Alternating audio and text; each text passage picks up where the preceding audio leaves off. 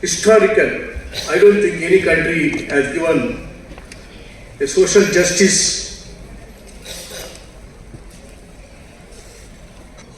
document like the Constituency of India.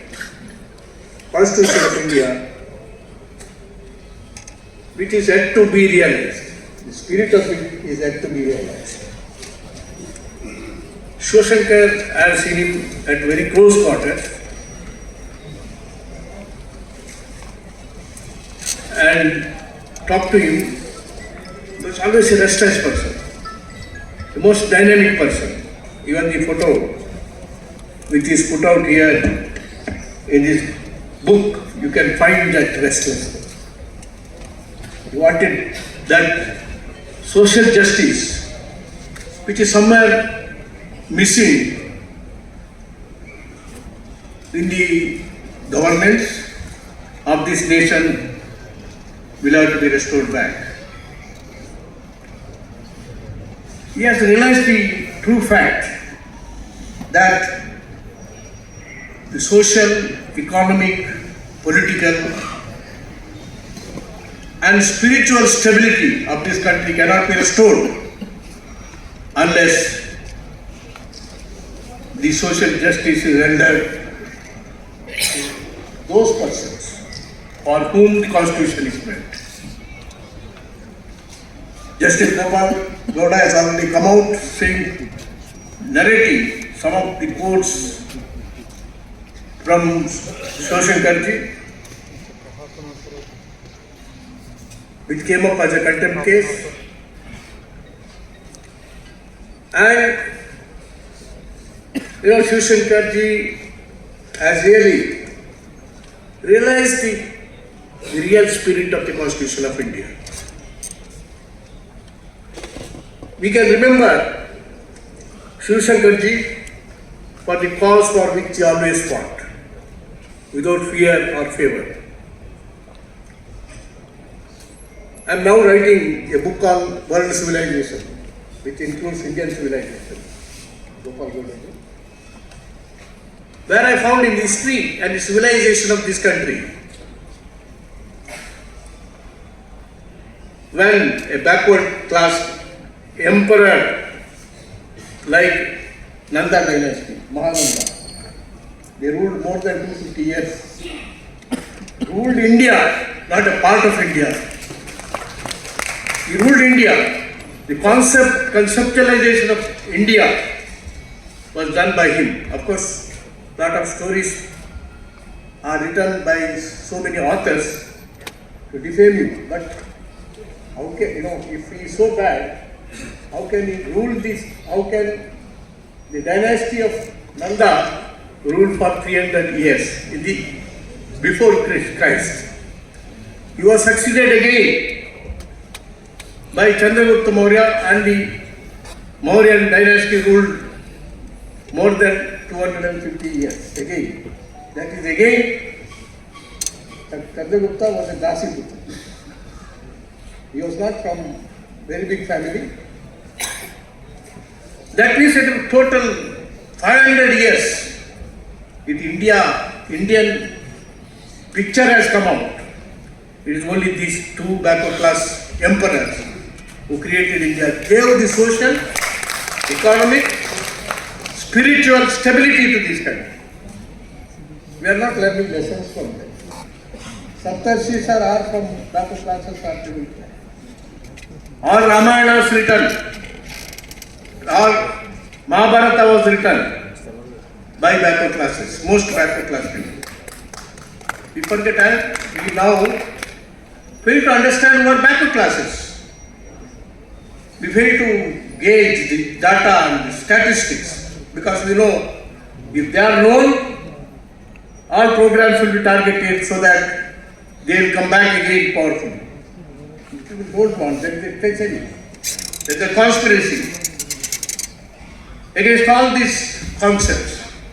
That is why Shivashankar was restless. He wanted to render justice to them. That is how he fought. Dr. Manmohan Singh appointed me as a chairman of the Oversight Committee. when we wanted to give reservation, you remember, to the backward class OBCs in the IIMs, ITIs, IITs, AIMS and about 18-20 institutions of the national character. There was about to be again a bloodshed as in the case of the Mandal Commission. And Dr. Manmohan Singh told me that we should resolve this problem. All the chairmen who belong to the chairmen of those institutions, they belong to the upper caste, they all resigned, saying that these institutions will be polluted and the merit will go. What is the merit? None of these institutions are within 500 topmost institutions in the world. I conducted a survey, particularly where the backward classes reservations have been implemented, like Kerala, Tamil Nadu, Karnataka, Andhra Pradesh. And 5 groups were created. Those 5 groups came out with a report that only the first year, those people who have been admitted from the backward classes, they would not have got the ranks. But the second year onwards, till the final year, all ranks have been obtained by the backward classes. All first classes are obtained by them. That means to say, there is a talent pool somewhere hidden, suppressed. We'll have to give voice to them. I gave a slogan like, inclusive, excellence, and excellence will come only from that larger group, not from a small selected group where the excellence cannot come. This is the philosophy which was realized by P. Shivshankar. And he has already said, and of course quoted by Justice Gopal Gowda also, and he has written here also that the 75% of the judges appointed in High Court since 2018 this is the report recently given by the Law Minister of the country in the Lok Sabha.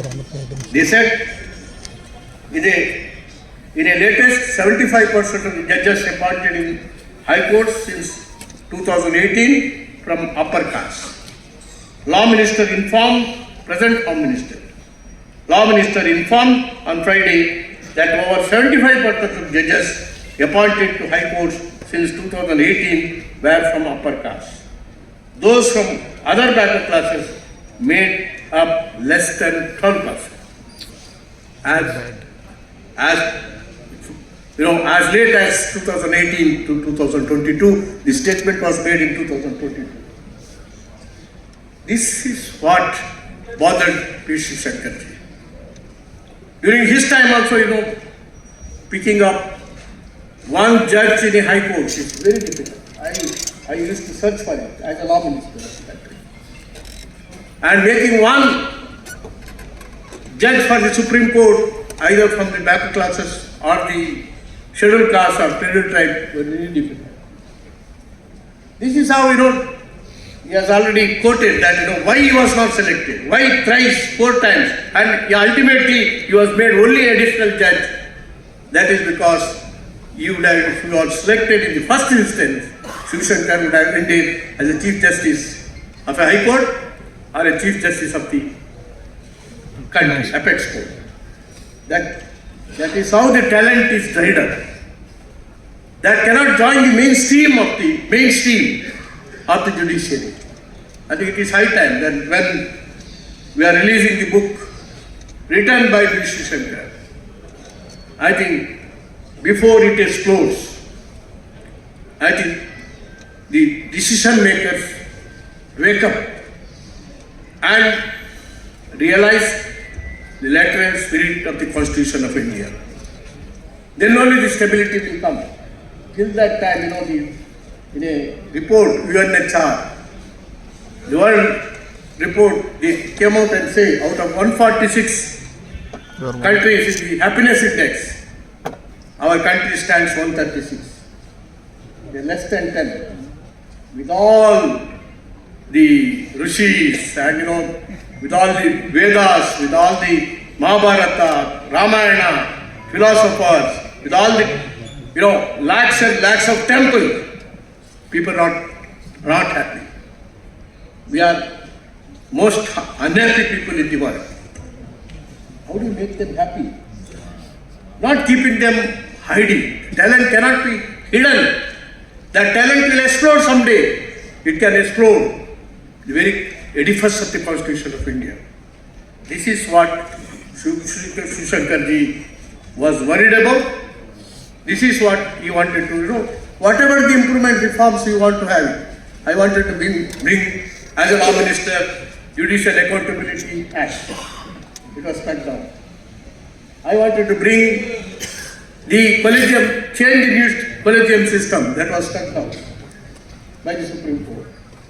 We wanted to bring National Judicial Service, where district judges are appointed. Then we could have, if those district judges are appointed, we could have brought in reservation there.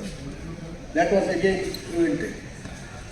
Whatever the reforms you want to bring it was not easy. That is how I could understand the pain and agony felt by Shiv Shankarji when he wrote this book.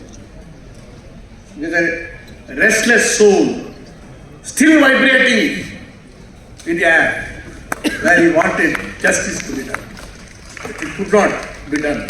At least all the people, the helm of affairs, both in the judiciary and also the administration, at least understand it. Even after 70 years, we cannot understand the aspirations of the Constitution of India, social justice system in the country. Perhaps the soul of Shiv Shankarji will be still wandering about, touching everybody's heart and vibrating within us that social justice is still a mirage for every one of us. I think this is a wake-up call. I thank Dr. Vinay for having brought this book, so that this book will be a wake-up call for all the decision makers, both in the judiciary and also the government and in the administration everywhere, to ensure that dreams of Dr. Ambedkar, dreams of Shiv Shankar are realized. With this I conclude. Thank you very much for this.